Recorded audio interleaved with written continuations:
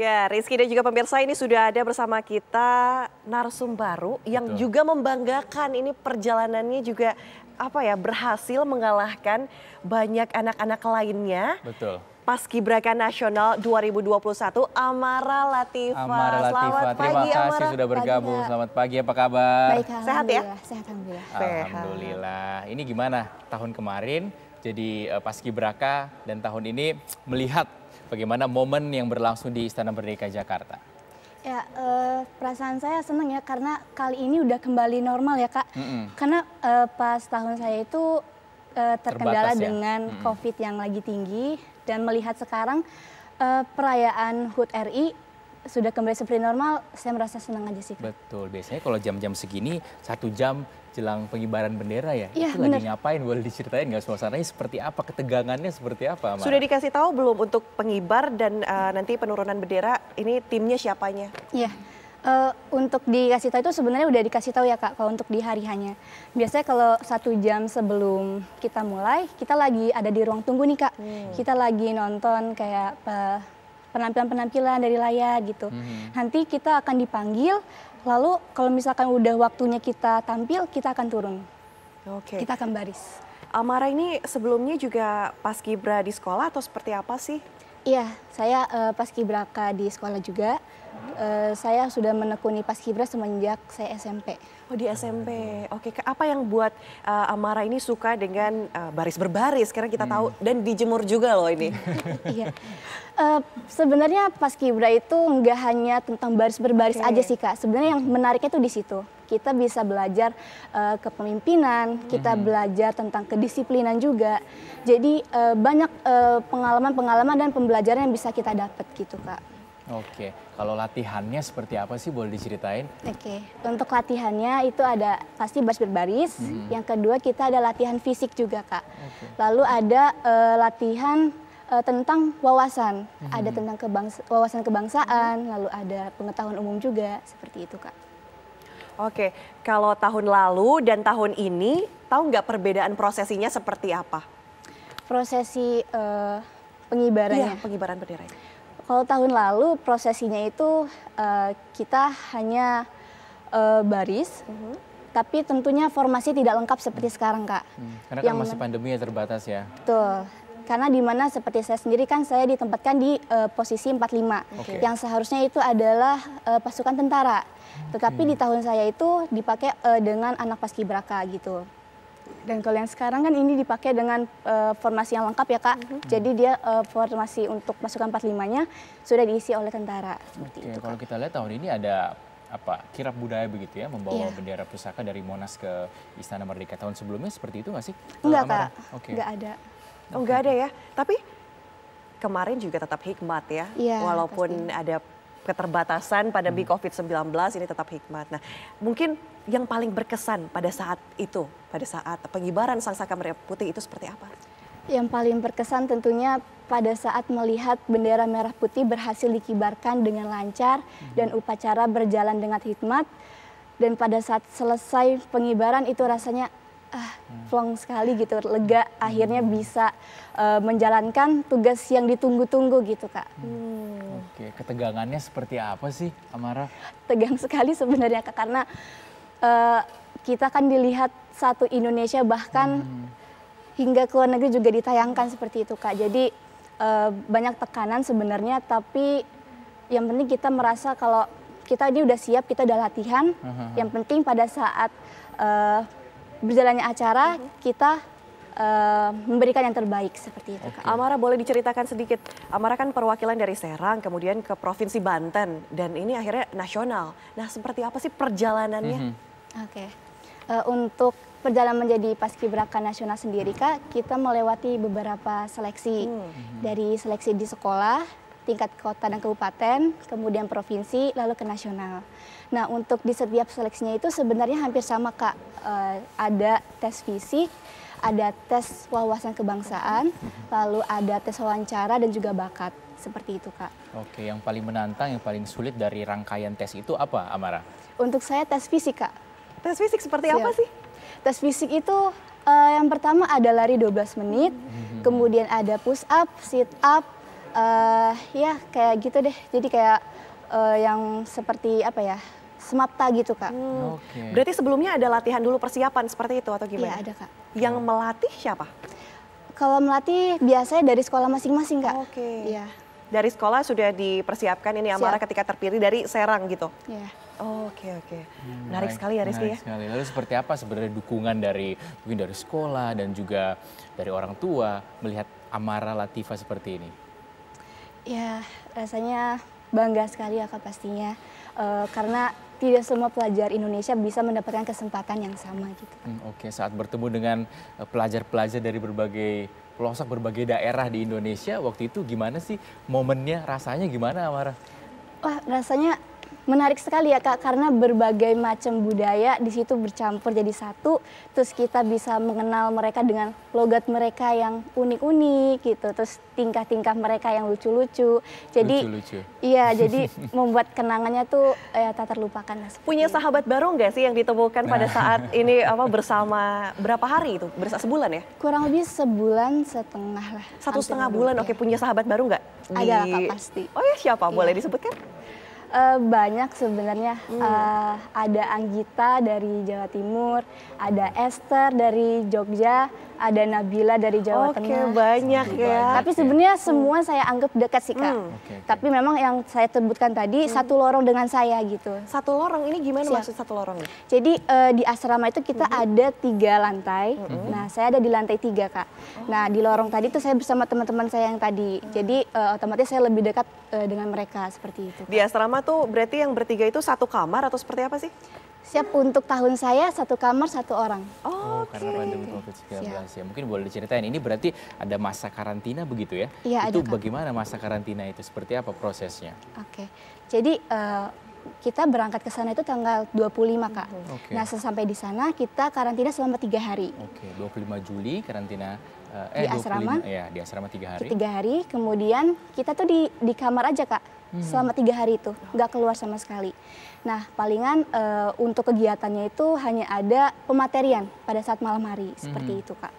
Tapi ketika latihan itu seperti biasa, tidak ada pembatasan COVID-19 atau pakai masker atau seperti apa sih? Wah untuk angkatan saya benar-benar ketat Kak untuk latihan. Kayak gimana tuh? Jadi latihan di lapangan pun kita harus menggunakan double masker. Masker medis dan masker kain untuk di luarnya. Nah kemudian jaraknya kita harus atur 2 meter setiap orang. Kemudian pada saat kita mau berbicara pun kita tidak boleh membuka masker Kak. Jadi memang benar-benar seketat itu. Oke. Dan saat ini kita sudah dapat melihat kirap bendera nih ya. Betul. Di Istana Merdeka. Dan sama-sama kita saksikan bahwa tim Purna Paskibraka Duta Pancasila telah menyerahkan duplikat bendera negara Sang Merah Putih dan naskah teks proklamasi.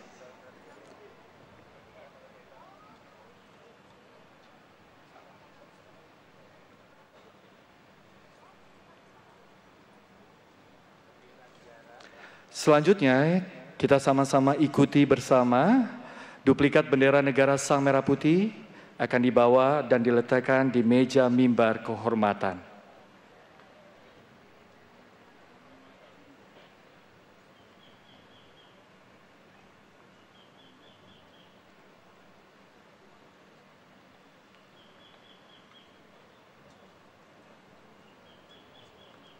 Dapat Anda saksikan duplikat bendera negara Sang Merah Putih telah diletakkan di meja mimbar kehormatan.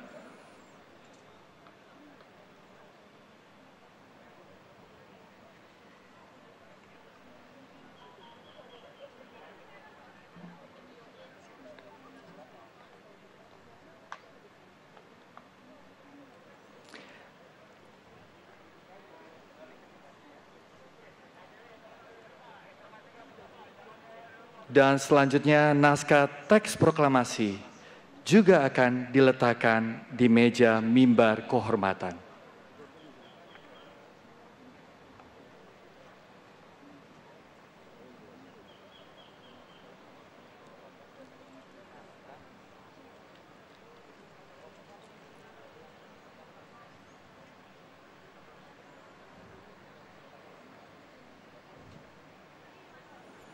Naskah teks proklamasi telah diletakkan di meja mimbar kehormatan.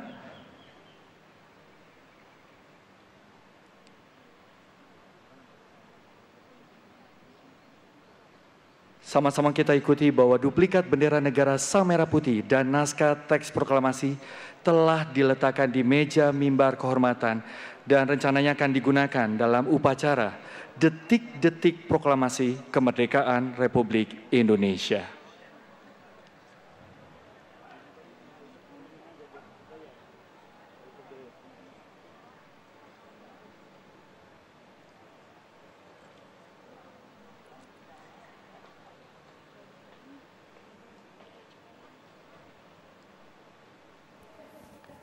Ya, berbeda dengan tahun-tahun sebelumnya, pemirsa, kalau tahun ini upacara bendera yang berlangsung di Istana Merdeka Jakarta ini dihadiri penuh oleh tamu undangan begitu ya. Ada 8.000 dibagi 2 jadi 4.000 ya Ki ya? Betul sekali. Nah kalau tahun lalu seperti apa sih, Amara, bisa diceritakan? Ya, untuk tahun lalu formasinya ya Kak ya. Formasinya tentu saja tidak selengkap yang tahun ini. Karena yang tahun lalu itu 45 dari anak paskibraka Kak gitu. Kemudian perbedaannya tidak semeriah tahun ini tentunya. Karena tamu undangan tidak bisa masuk, bahkan tahun lalu orang tua pun tidak datang ke istana Kak, seperti itu. Saat ini sudah bisa ya? Iya, sudah bisa. Ki, ada yang menarik ya tadi, kirap bendera. Betul. Nah, itu ada 2 tadi kalau kita lihat ya, bendera yang diserahkan duplikat bendera merah putih. Itu seperti apa ceritanya? Iya, jadi kalau untuk yang dikibarkan itu akan diambil benderanya oleh kirap, itu ada 2 bendera Kak, untuk pengibaran dan penurunan, seperti itu. Dan benderanya itu adalah bendera duplikat. Bendera duplikat, bendera asli ada di Monumen Nasional ya? Siap. Oke, ini kita lihat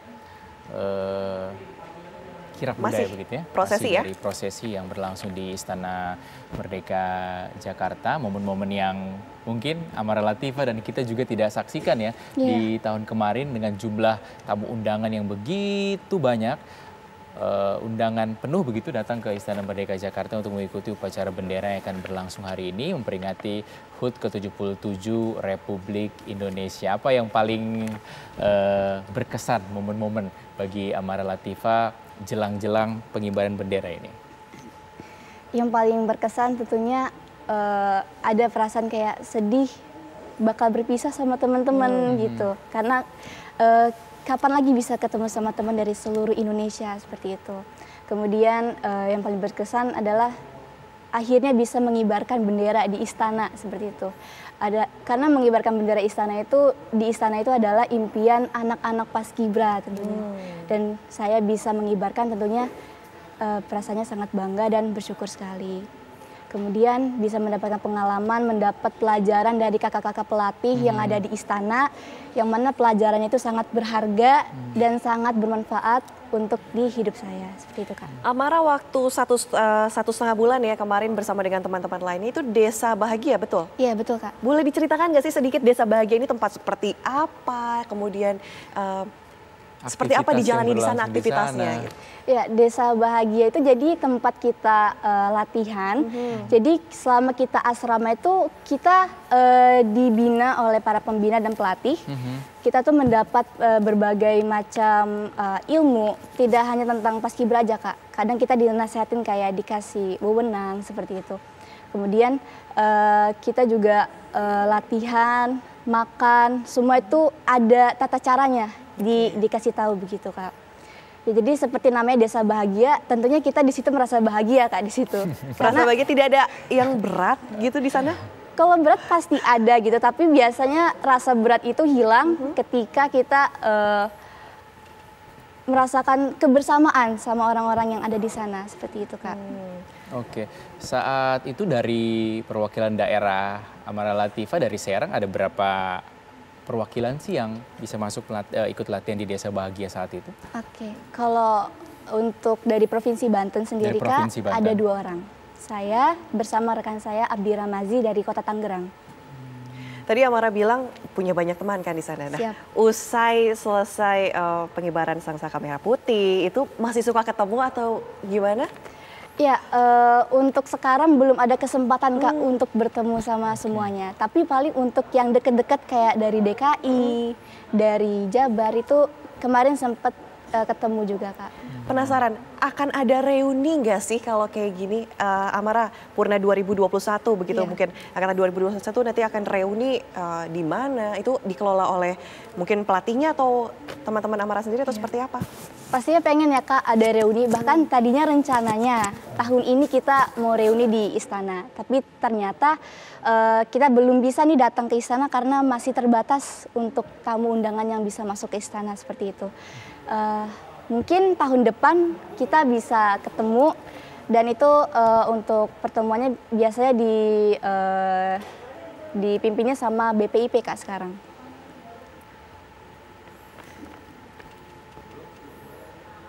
Baik, ini berbicara mengenai pengibaran bendera merah putih, upacara bendera meringati Hari Ulang Tahun Kemerdekaan Republik Indonesia. Kita punya informasi nih pemirsa yang juga akan kami saksikan untuk Anda tentang sejarah bendera merah putih ya. Ini informasi untuk Anda.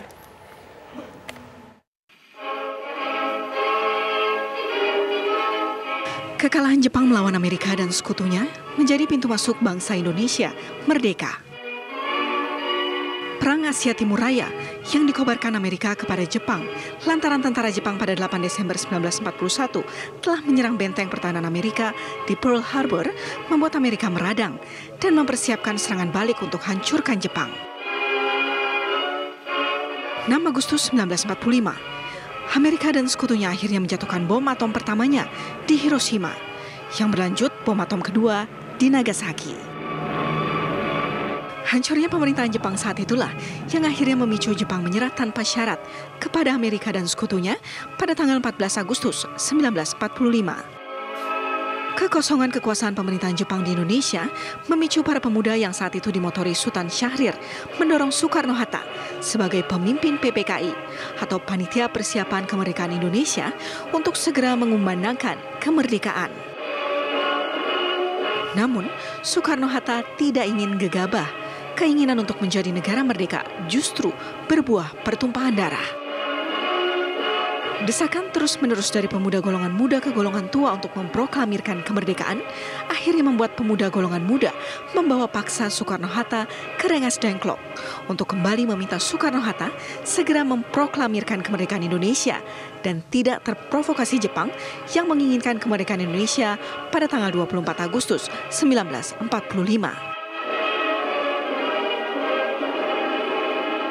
Akhirnya, melalui jalur diplomatik dan dorongan semangat seluruh bangsa Indonesia tanpa pertumpahan darah, Soekarno-Hatta pun memproklamirkan kemerdekaan Indonesia pada tanggal 17 Agustus 1945. Proklamasi. Kami, bangsa Indonesia, dengan ini menyatakan kemerdekaan Indonesia. Hal-hal yang mengenai pemindahan kekuasaan dan lain-lain diselenggarakan dengan cara saksama dan dalam tempo yang sesingkat-singkatnya. Jakarta, 17 Agustus 1945, atas nama bangsa Indonesia, Soekarno-Hatta.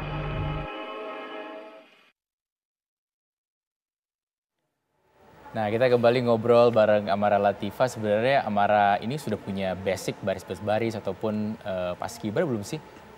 Iya, sebenarnya saya ada basic baris berbaris itu semenjak SD, Kak. Jadi pertama kali saya mengenal baris berbaris itu dari eskul pramuka sebenarnya. Oke, dari pramuka. Kemudian pada saat saya SMP, saya pindah eskul ke paskibra. Saya nyaman dan saya merasa kayaknya ini harus diteruskan gitu. Jadi akhirnya saya teruskan sampai sekarang, Kak.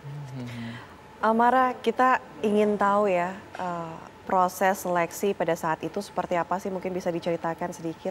Oke. Untuk proses seleksi, Kak, pertama saya kan di kota, Kak.